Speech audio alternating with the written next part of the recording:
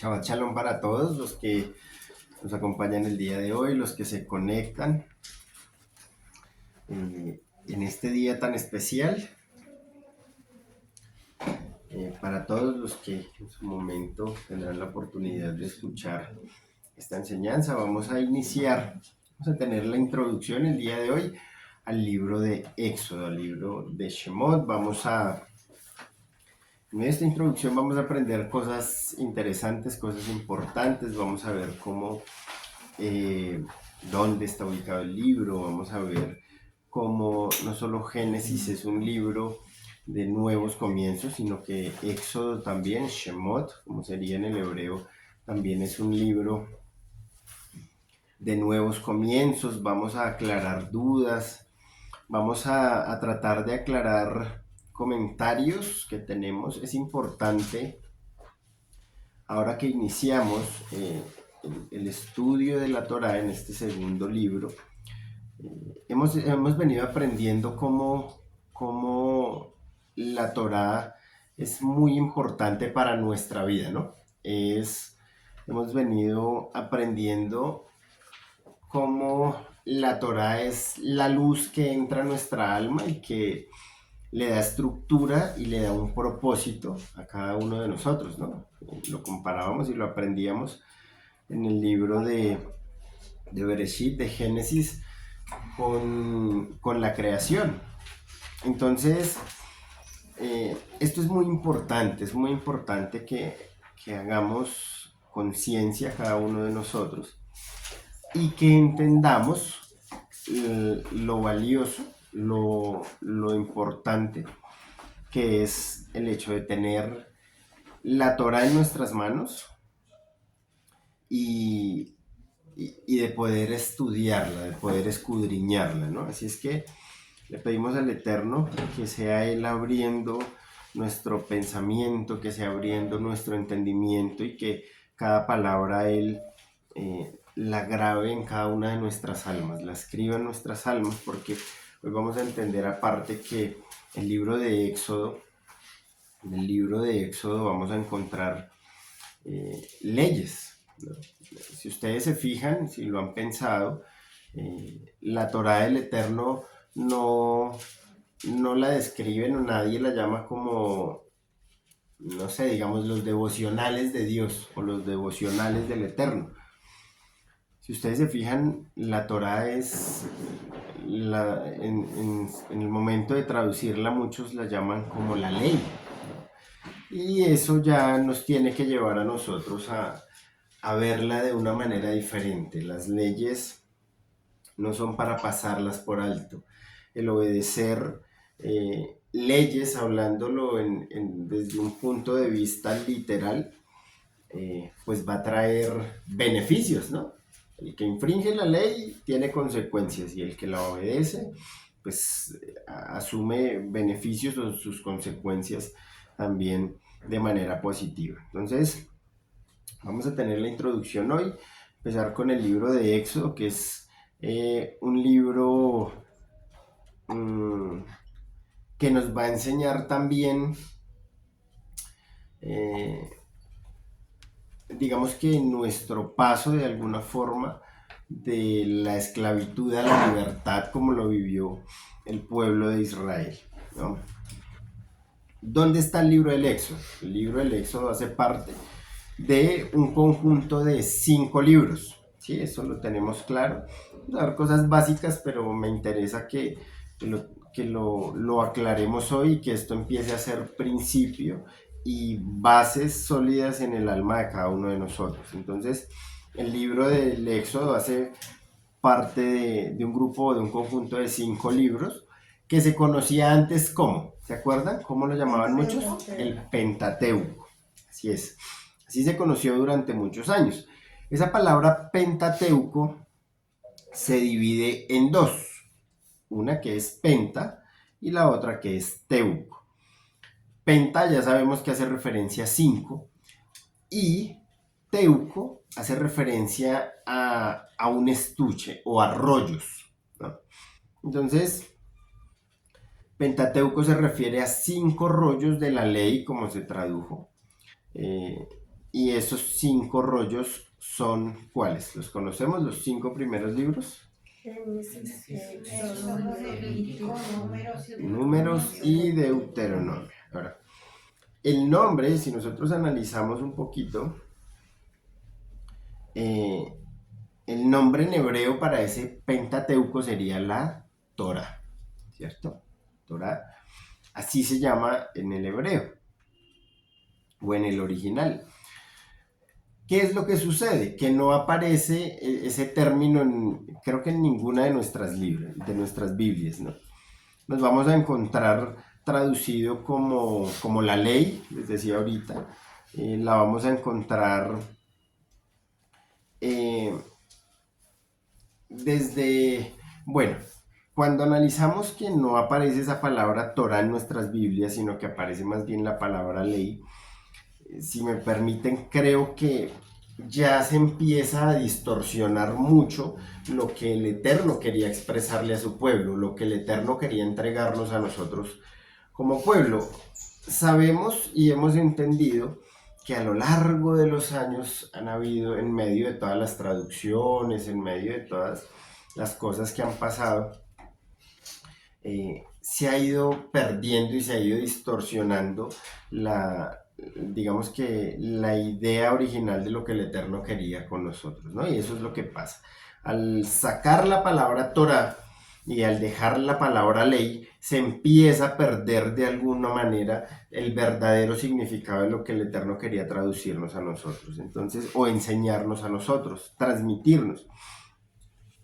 Cuando nosotros no tenemos como pueblo lo que realmente significa algo, pues entonces corremos un riesgo y eso es lo que ha pasado en algún momento, creo yo, el Eterno nos va a permitir compartir un estudio sobre la importancia de la escritura en nuestra vida y nos vamos a dar cuenta que con el pasar de los años se han cambiado cosas y llegamos a este punto, lo que les decía, corremos el riesgo al no tener lo que dice realmente y lo que significa realmente, entonces corremos el riesgo en este caso específico de ¿qué?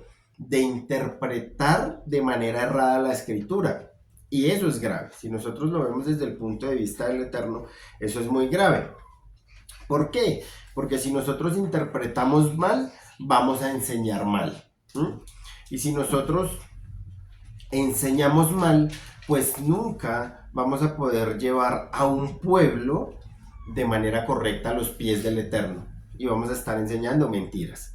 Y eso es muy grave. Entonces, ahora que nosotros tenemos la oportunidad, cuando usted tenga la oportunidad de estudiar la escritura, hombre, asegúrese de que lo que usted estudie es la verdad. Eso es lo que viene del Eterno. Debemos cuidarnos mucho. Eso se hacía mucho antes, ¿no? Y se ve mucho en el cristianismo el hecho de que vamos a dar una enseñanza, entonces escuchamos por allá enseñanzas de otros y copiamos y que sacamos todo eso.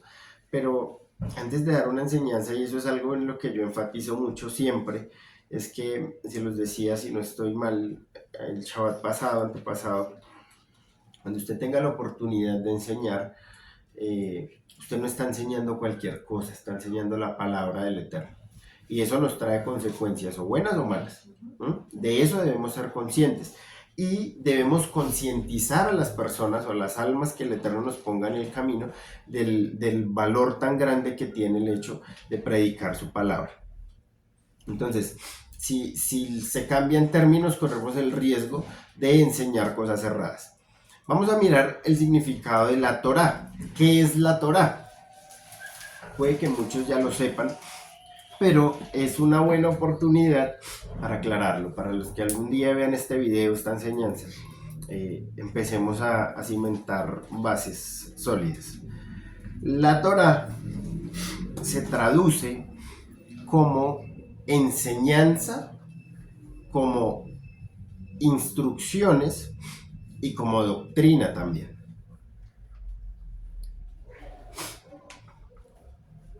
Cuando nosotros vamos al original, nos vamos a dar cuenta que esa palabra Torah se deriva de una raíz hebrea que es Yará. Si alguien quiere mirar por ahí en el Strong y eso, la encuentran en el 3384.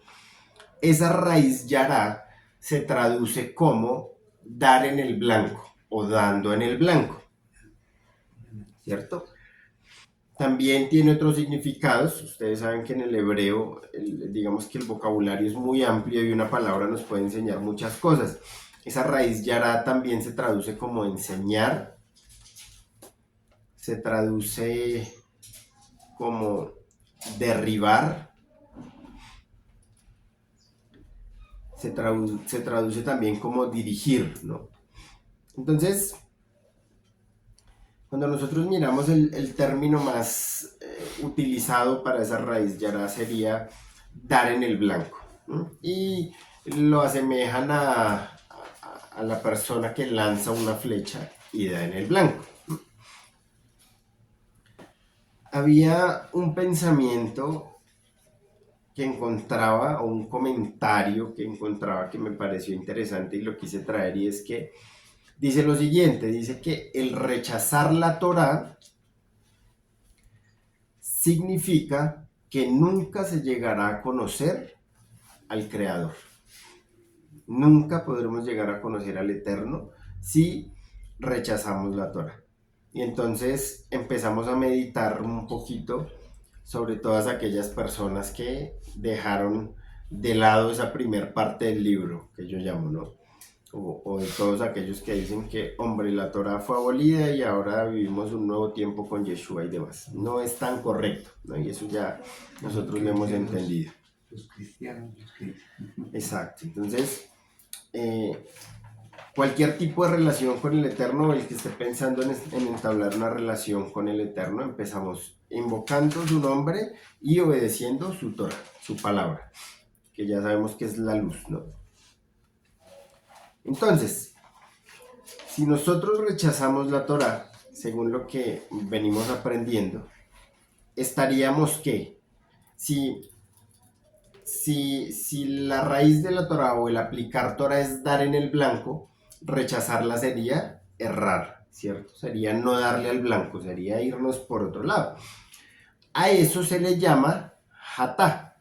Se la voy a escribir. K, J, A, T, A. Entonces, hatá es fallar al blanco, es errar en el blanco. Y dentro de sus, digamos que dentro de sus definiciones también se encuentra el pecar o pecado, ¿no? Entonces, esa palabra hatá, que es todo lo contrario a Torah, sería perder el camino, sería pecar, sería fallar o errar en el blanco. Por eso es que es muy importante leer la escritura, pero no solamente leerla, sino escudriñarla, tomarnos el tiempo de meditar en ella, tomarnos el tiempo de hacerla parte de nosotros para poder caminar de manera correcta delante del Eterno. Cuando nosotros estudiamos el libro de Éxodo, nos vamos a encontrar con algo bien interesante, y es que este libro contiene algo muy importante para el pueblo de Israel, y es la declaración del pacto que el Eterno hizo con su pueblo. En este libro vamos a encontrar las cláusulas que el Eterno puso para ese pacto que hizo con su pueblo. O muchos lo traducen como las cláusulas de un pacto matrimonial. Entonces, algo que vamos a entender, o que yo anhelo que cada uno de ustedes entienda hoy, es que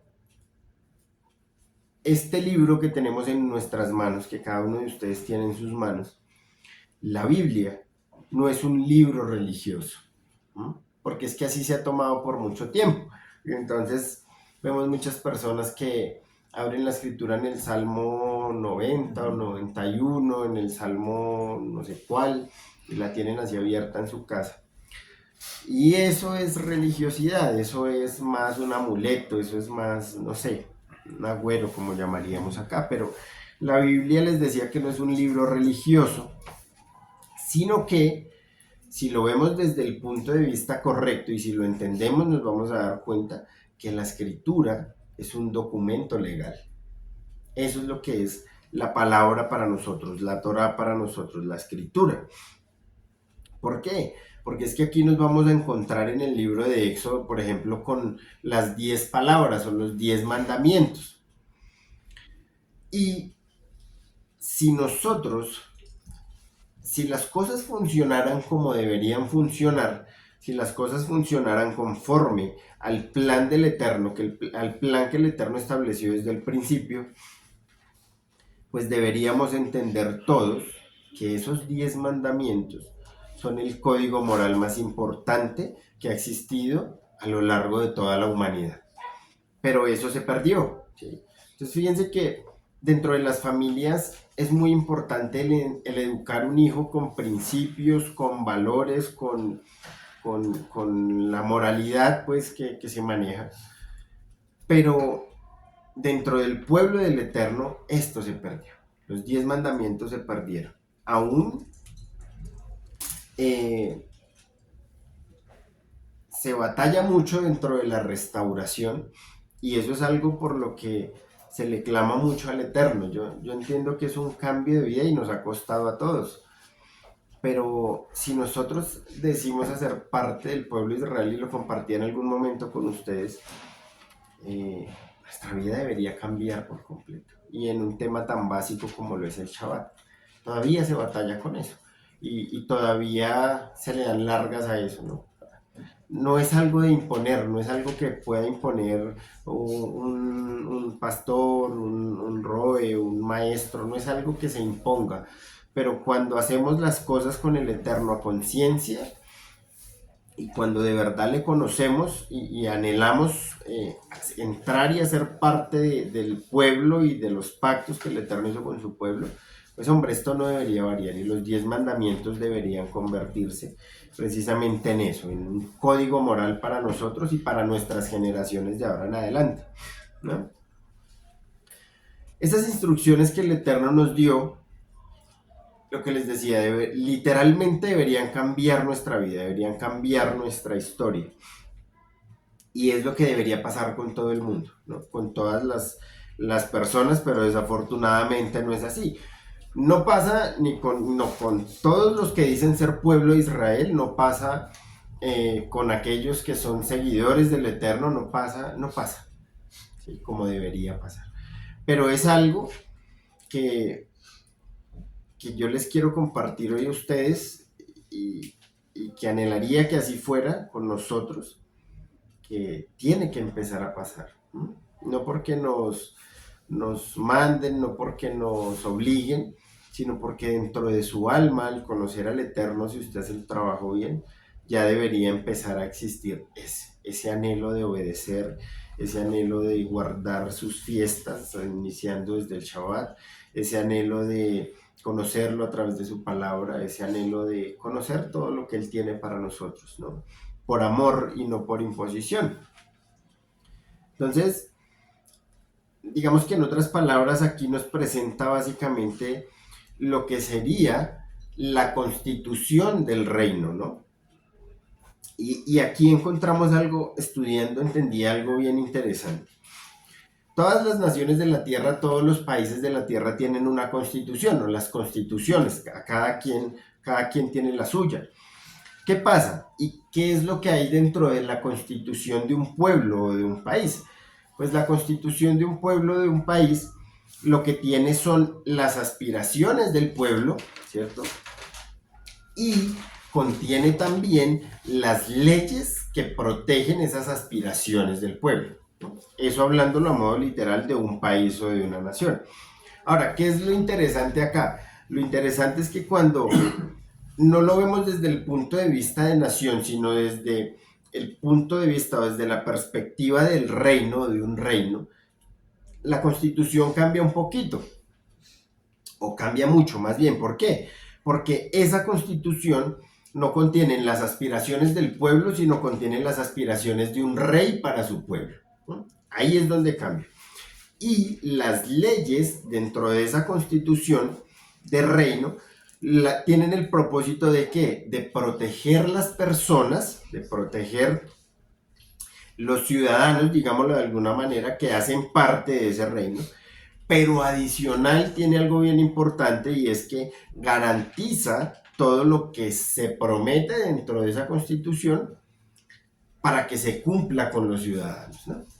Entonces, nosotros hacemos parte del reino del Eterno y ahí es donde se hace interesante. Nuestra constitución, según lo que hemos hablado, sería la Torá, la escritura. Y si ustedes lo analizan, es cierto. Dentro de esa constitución para nosotros está todo lo que el Eterno quiere para su pueblo, ¿sí? Que no es bueno, es malo, y las leyes o las instrucciones que el Eterno dejó dentro de esa constitución nos cuidan y nos protegen, nos guardan, y aparte de eso está la promesa de que si usted se sujeta va a recibir bendición. Eso es lo que el Eterno nos está entregando, y eso es lo que vamos a encontrar en la Torah, cada uno de nosotros. Por eso es importante que la entendamos y que la apliquemos. Por eso es que en este nuevo tiempo y en este nuevo camino era lo que yo les explicaba a ustedes en algún momento.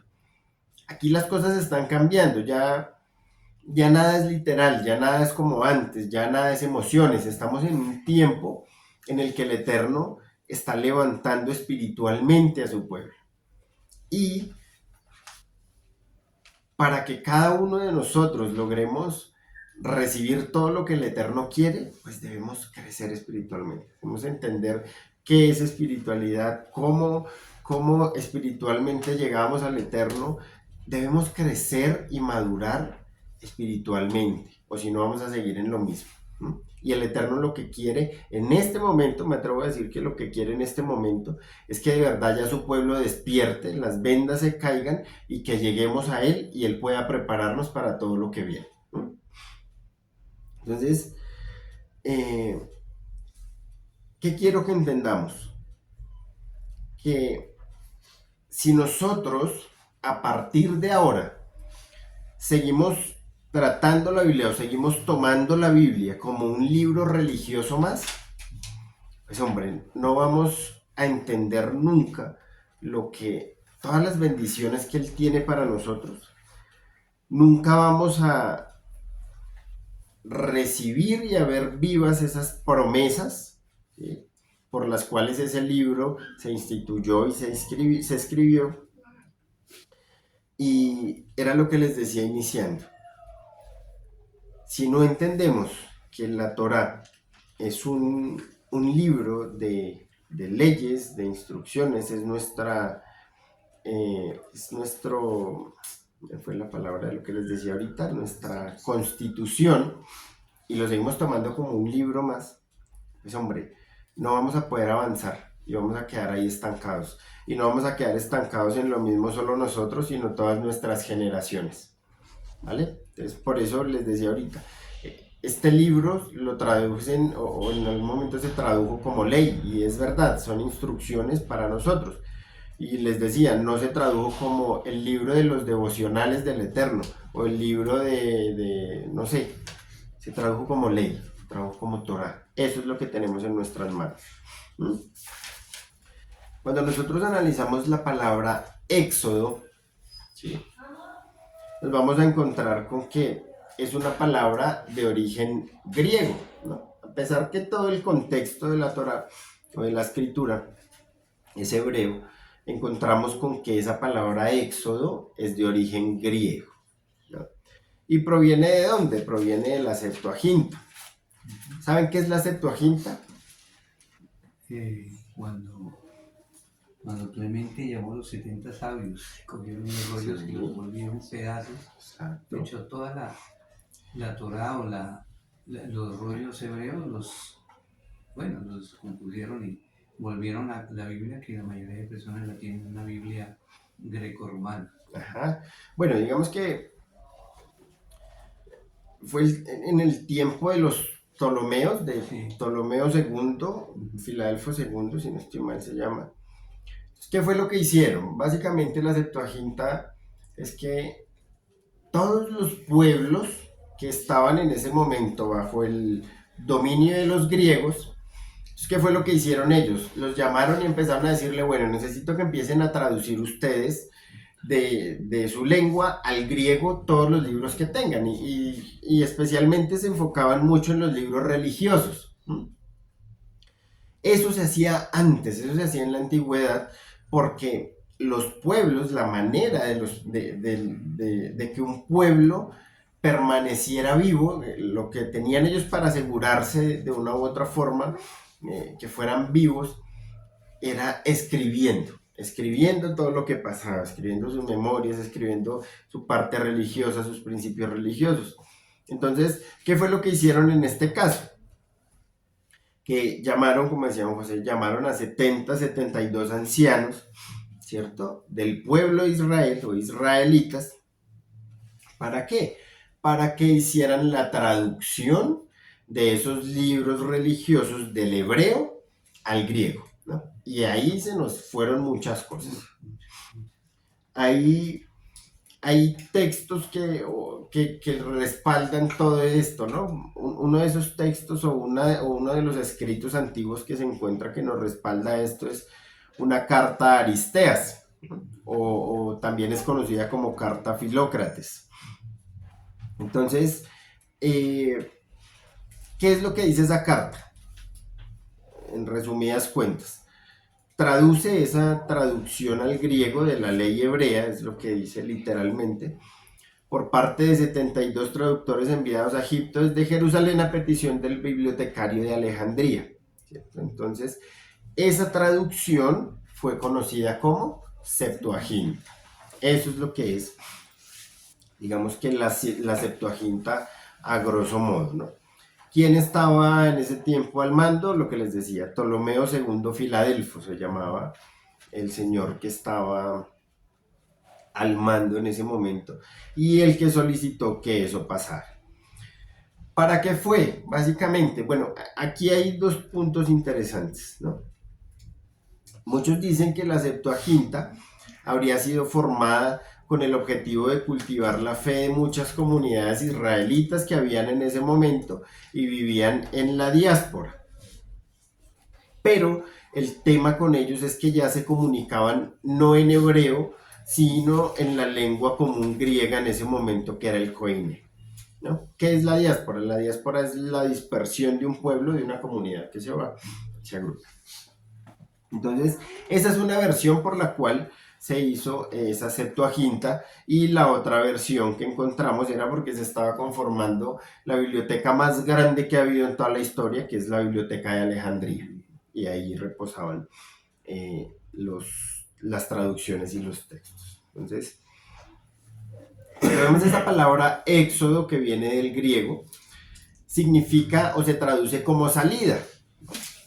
Por eso tal vez fue que le pusieron éxodo, porque trata en gran parte de ese viaje que tuvo el pueblo de Israel en medio de su liberación o en medio de alcanzar esa libertad cuando fueron conducidos por Moisés y Aarón, ¿no? La otra parte del libro nos habla del pacto que hizo el Eterno con su pueblo. Entonces, si nosotros, eso es desde el griego, ¿no? Ese término de éxodo. Ahora, cuando lo miramos desde el hebreo, se llama Shemot. Y se escribe S, H, E, M, O, T. Shemot en el hebreo significa nombres, ¿no? ¿Y por qué nombres? Cuando nosotros miramos en la escritura, cada uno de los primeros 5 libros de la Torá, a ellos se les dio el nombre por las primeras palabras que se encuentran en el primer versículo. Entonces, por ejemplo, Génesis, dice, lo primero que dice es en el principio creó el Eterno. Entonces, por eso se llama Bereshit, porque Bereshit se traduce como en el principio. Hay mucha más explicación en cuanto a eso, no es el tema hoy, pero es básicamente por eso. Éxodo empieza como ¿quién me lee el Éxodo 1:1? Estos son los, Ajá. estos son los nombres de los hijos que entraron a Egipto, ¿cierto? Que entraron en Egipto con Jacob. Cada uno entró con su casa. Con su casa, exacto. Entonces, como lo primero que dice es, estos son los nombres, por eso se le puso Shemot, porque Shemot se traduce como nombres. Ahora, algo que debemos entender también, les decía que estos son rollos, ¿no? Cuando nosotros miramos los rollos, el rollo de la Torá, no venía dividido ni en capítulos ni en versículos, era un rollo completo. Hay mucha gente que tiende a separar los libros, Génesis es uno, Éxodo es otro, y alguien que me ayude a leer Génesis 46:8, por favor.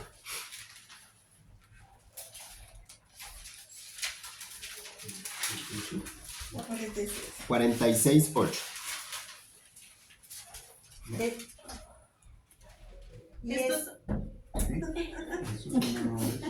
Estos son los nombres de los descendientes de Israel, los hijos de Jacob que fueron a Egipto.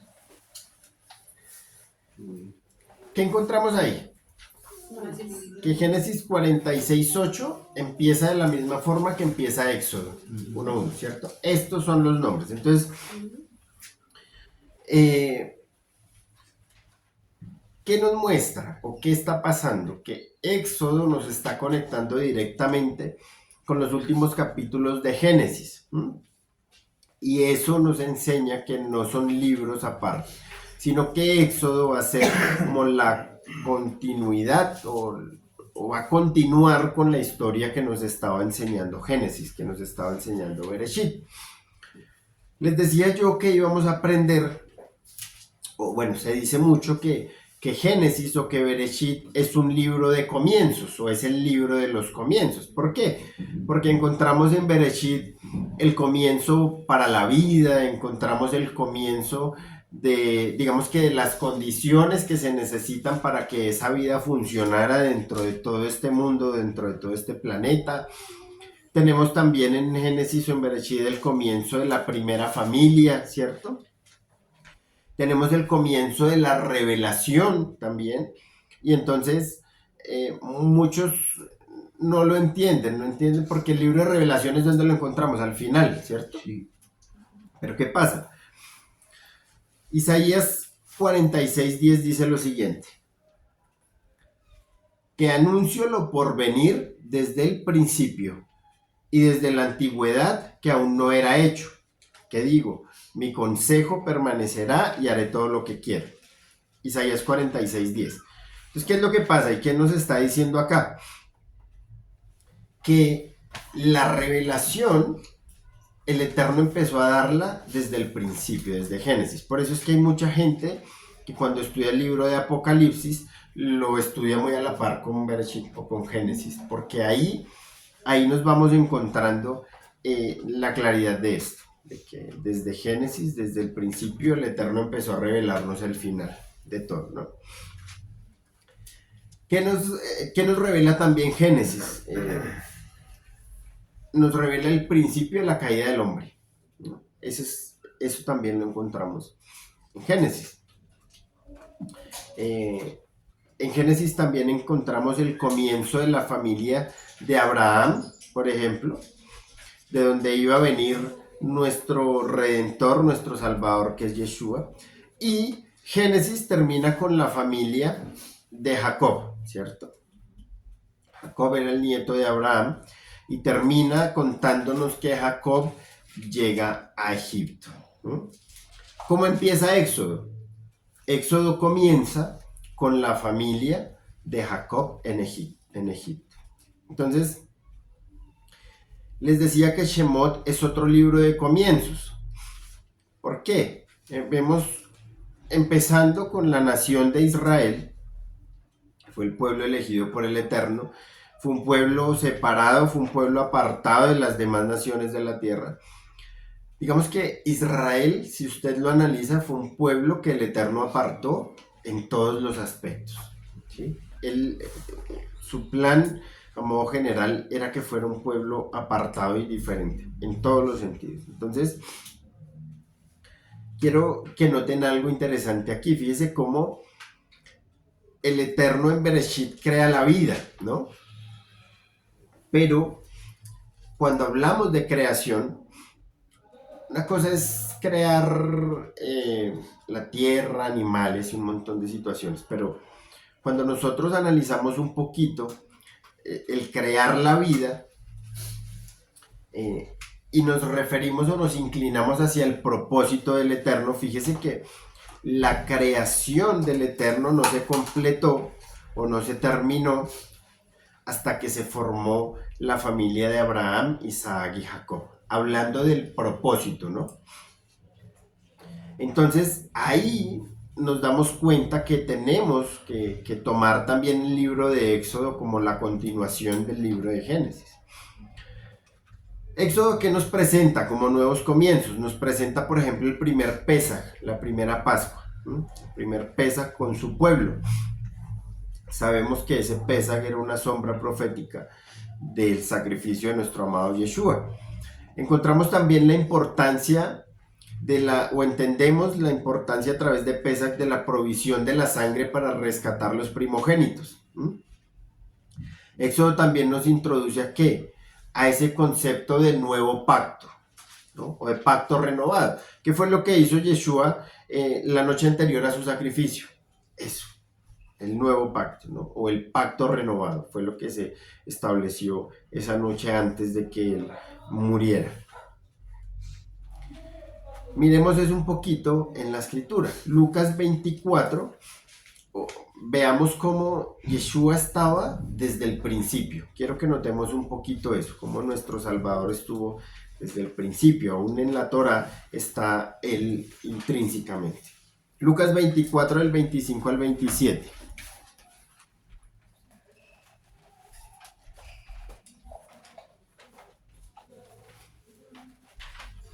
Entonces Yeshua les dijo: ¿qué necios son? ¿Les cuesta tanto creer todo lo que los profetas escribieron en las escrituras? ¿Acaso no profetizaron claramente que el Mesías tendría que sufrir todas esas cosas antes de entrar en su gloria?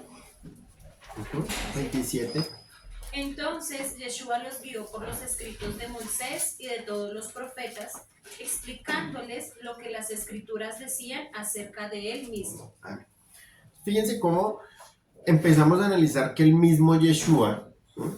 lo que hoy en día muchos se justifican como que vivimos por gracia y allá para atrás no hay que ver tanto, pero el mismo Yeshua, ¿qué les estaba diciendo ahí? Les estaba aclarando y nos está aclarando a nosotros de una u otra forma que de él habló Moisés, que de él hablaron los profetas, que para poder conocerlo a él, de verdad, que para poder hacer parte de él y para poder contar con él, pues hombre, tenemos que volver atrás. De él hablaron en la Torá, de él, a eso es a lo que se refiere la escritura cuando dice que el fin de la Torá o el fin de la ley es Yeshua, ¿sí? Entonces muchos lo interpretan como que Yeshua llegó y le puso fin a todo. No, lo que ese texto nos quiere decir es que el propósito de la Torá era enseñarnos que iba a venir Yeshua. Ese era su fin. Entonces, decía este texto, aquí en la Reina Valera dice,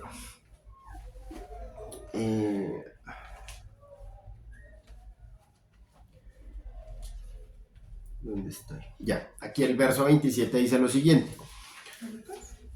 El de Lucas, sí, señor. Dice lo siguiente, el verso 27, y comenzando desde Moisés y siguiendo por todos los profetas, les declaraba. Quiero que hagamos un alto en esta palabra o en ese término declaraba. Cuando nosotros lo miramos en el original, se traduce o se escribe más bien di-er-me-ne-u-o. Se los deletreo. D I E R M E N E U O. Entonces, esa palabra diermeneuo se traduce como interpretar, ¿no? Y tiene la misma raíz de hermeneu. Esa palabra hermeneu se utiliza mucho en la teología para la hermenéutica. Entonces, sabemos que la hermenéutica nos enseña o nos da las herramientas para interpretar, para traducir, para explicar, ¿no? Entonces, les decía que lo que estaba tratando de decirnos nuestro Mesías era: yo interpreto las escrituras comenzando desde Moisés, para que ustedes se dieran cuenta de que había todo un propósito de salvación o un mensaje de salvación desde siempre, desde el principio, desde que el Eterno empezó con su creación, ¿no? Entonces, les hablaba él desde las historias de Moisés y de los profetas. Fíjense cómo le dice: hombre, si ustedes creyeran en ellos ya me hubieran conocido, no estarían luchando tanto con lo que están luchando hoy, porque de ellos hablaron de mí. Dice Lucas 24:44, y les dijo: estas son las palabras que os hablé, estando aún con vosotros, que era necesario que se cumpliese todo lo que está escrito de mí en la Torá de Moisés, en los profetas y en los salmos.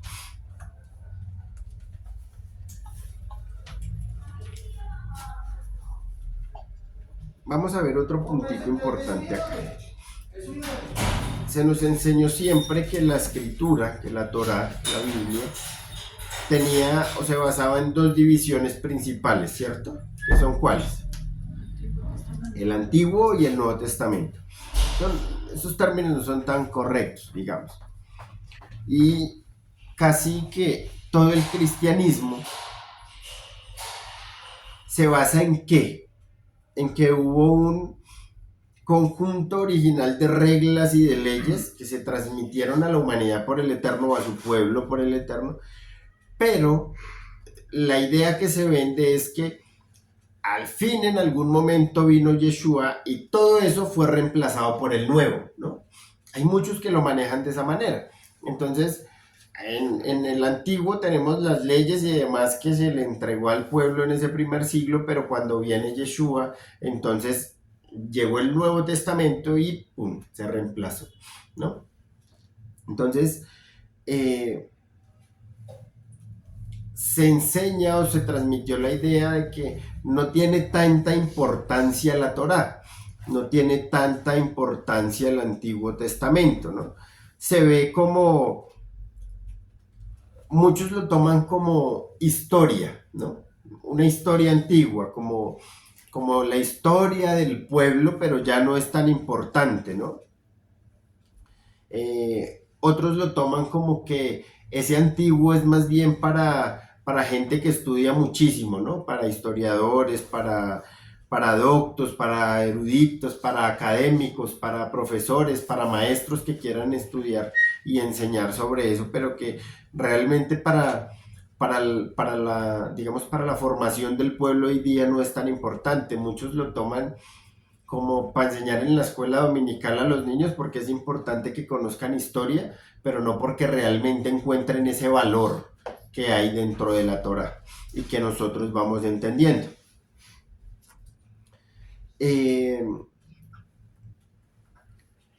Lo que quiero que tal vez nos quede claro y que usted lo guarde en su alma y en su corazón es que la Torá del Eterno, la Biblia, la palabra del Eterno, toda es unificada, así como nuestro Creador lo decimos mucho, ¿no? Yahweh Had, Yahweh es uno, ¿no? Eso se repite mucho hoy día. Pues así son también sus escrituras, así es su palabra, es una sola. Y así debemos entenderlo. Juan 5, 46, 47 dice lo siguiente.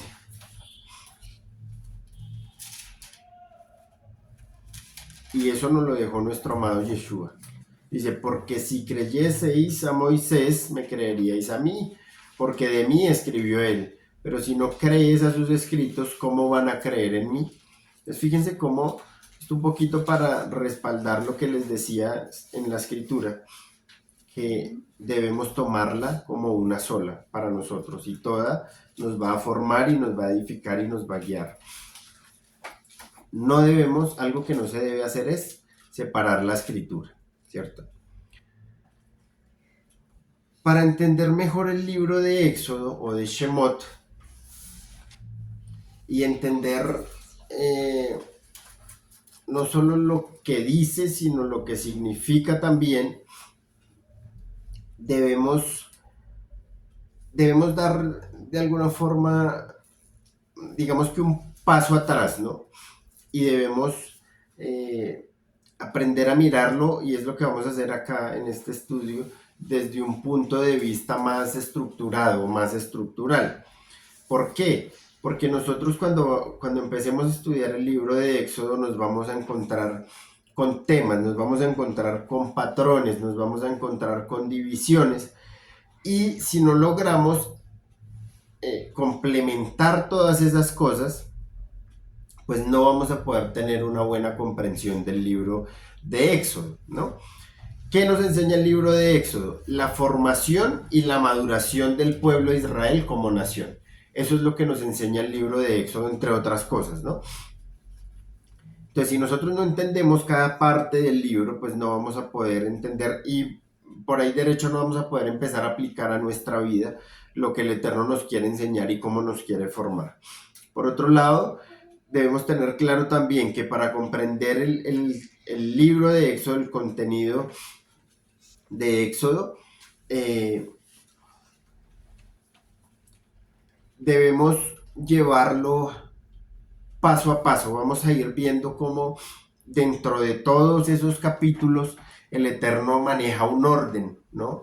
Y si nosotros no entendemos ese orden y no logramos entender el libro de Éxodo, pues no va a ser posible seguir avanzando con el resto de la escritura, ¿no? No vamos a poder entender como tan fácil lo que viene adelante. Este es como un grupo de división dentro del libro de Éxodo. ¿Qué nos vamos a encontrar primero? Nos vamos a encontrar con la narrativa de la liberación, ¿sí? O nos vamos a encontrar también con Israel saliendo de Egipto. ¿Qué vamos a encontrar ahí? Vamos a ver desde el nacimiento de Moisés, vamos a ver su llamamiento, vamos a ver las plagas, vamos a ver todo lo que hizo el Eterno para sacarlos con mano fuerte y para llevarlos a su liberación, ¿no? Luego nos vamos a encontrar, estos son como 6 pasos que encontramos aquí, luego nos vamos a encontrar con la experiencia que vivieron ellos en el desierto. Entonces, Éxodo nos habla de esos primeros momentos en los que el pueblo sale de Egipto después de 430 años y empiezan a vivir precisamente algo que es nuevo para ellos, y es el vivir en el desierto, sin un régimen, sin ser esclavos, sin ser ahora bajo la dirección del Eterno. Eso nos cuenta el libro de Éxodo. Nos vamos a encontrar también con el pacto y la ley, o los 10 mandamientos que conocemos, las 10 palabras. Y ahí vamos a aprender cómo ese es un pacto matrimonial, ¿no? Y vamos a entender por qué la Torá son lo que conocemos dentro de la Torá como los 10 mandamientos. Se nos van a convertir o nos van a enseñar que son las cláusulas de ese pacto matrimonial del que yo les hablaba a ustedes hace un momento. Luego nos vamos a encontrar con las instrucciones y el diseño. Y vamos a ver cómo el Eterno le dio instrucciones muy específicas a Moisés sobre el tabernáculo, ¿no? Y por supuesto le dejó muy claro cómo se debía hacer, agrupando dentro de esto los materiales, el tamaño, medidas, formas y todo lo que tiene la construcción del tabernáculo que el Eterno implementó. Vamos a ver cómo se implementó ese diseño también. Dice la escritura que el Eterno le dio sabiduría a 2 personajes, ¿cierto? Que vamos a estudiarlos también. Les dio inteligencia, ciencia, todo lo que se necesitaba para construir muebles y demás utensilios dentro del santuario. Y finalmente nos vamos a encontrar con la construcción del tabernáculo. Entonces, que esta sería la parte final de la que nos habla el libro de Éxodo, ¿no? decíamos que este libro de Éxodo es la continuación del relato de Génesis y abarca un periodo de 430 años de desarrollo de una familia. Hay muchos que lo enseñan como, que esto es como, toda esta historia desde Génesis cuando empezamos a hablar de Abraham es como una saga, ¿no? Eso se usa mucho hoy en día en los que ven, se la pasan viendo Netflix y demás. ¿Qué es una saga? Una saga es la historia de una familia por generaciones, el desarrollo, ¿no? Eso es lo que, básicamente lo que vemos acá. Entonces, la escritura nos dice que van a entrar a la tierra de Egipto unas 70 personas, ¿sí? Ya lo vamos a leer. Dice que van a entrar 70 personas que se van a convertir en una nación y que al final van a terminar siendo esclavos, ¿no? ¿Cómo empieza todo esto? José vendría a ser el bisnieto de Abraham, ¿sí? Según vemos en la escritura, él era el hijo que más amaba a Jacob, ¿cierto? Era como el consentido. Esa fue la razón para que sus hermanos no lo quisieran mucho y lo despreciaran, que al final terminaron vendiéndolo, ¿no? Como esclavo.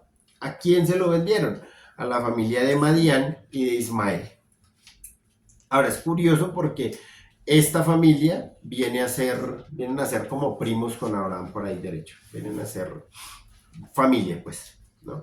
Y sabemos que José termina siendo llevado a Egipto como esclavo. Entonces, ¿qué pasa aquí? Y vamos a analizar un poquito la genealogía, ¿no? Abraham se casa con Sara, ¿cierto? Luego, ¿qué sucedió con ellos? Por no poder tener hijos, entonces él toma por mujer a Agar, de quien nace ¿quién? Ismael. De Ismael provienen las naciones árabes, o los árabes, ¿no?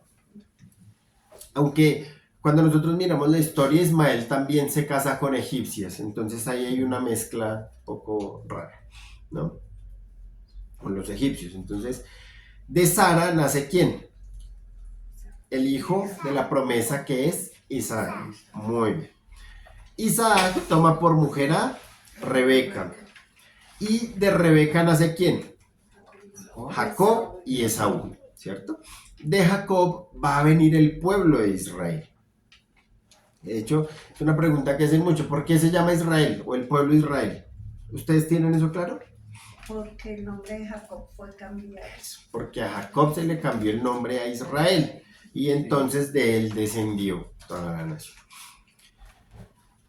Jacob, conocemos la historia. Jacob inicialmente quería casarse con Raquel, pero sabemos que primero llega Lea porque lo engañaron y entonces cuando estudiamos ese tema aprendemos cómo Jacob engañó mucho y luego viene y también fue engañado, ¿cierto? Por su suegro. Entonces, al final se le entregan a Jacob, tiene a Raquel y a Lea, sus dos esposas, pero se le entregan dos siervas más.